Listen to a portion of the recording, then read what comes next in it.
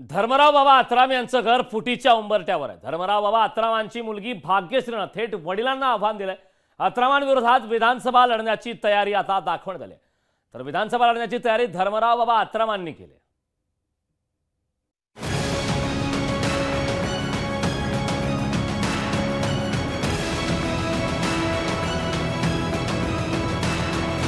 अन्न व औषध प्रशासन मंत्री धर्मराव बाबा आत्राम यांचंही घर फुटण्याच्या वाटेवर आहे। भाग्यश्री आत्राम या त्यांच्या वडिलांविरोधात निवडणूक लढण्याच्या तयारीत आहेत। वडिलांविरोधात लढण्यासाठी शरद पवारांना भाग्यश्री आत्राम 2-3 वेळा भेटल्याचा दावा अनिल देशमुखांनी केला होता।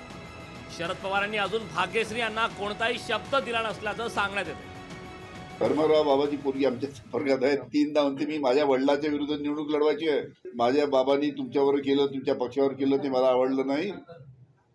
त्याला म्हणे मला साहेब मला तिकीट द्या, तुतारी वाजवणाऱ्या माणसाच्या चिन्हावर मी माझ्या वडिलांना पाडल्याशिवाय राहणार नाही असं मी सांगितलं। भाग्यश्री आत्रामांनी वडिलांनाच आव्हान दिल्यानं धर्मराव बाबा आत्राम संतापले। मुलगी आणि जावयाला नदीत बुडवा या शब्दात त्यांनी त्रागा केला।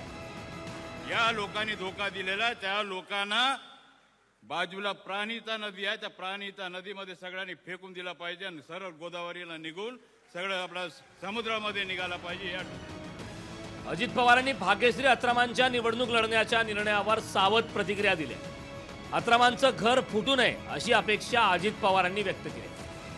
आता बाबाच्याच विरोधात उभे राहायला निघाले, आता काय म्हणायचं? तुम्हाला पटतं काय? योग्य आहे का? ज्या बापानी जन्म दिला त्या बापाच्याच विरोधात असं कसं चालेल? प्रत्येकाचे दिवस असतात ना। गेल्या काही वर्षात महाराष्ट्रातली अनेक राजकीय घराणी फुटली। काका विरुद्ध पुतण्या, बहीण विरुद्ध भाऊ, भाऊ विरुद्ध भाऊ असा संघर्ष महाराष्ट्रानं पाहिलाय।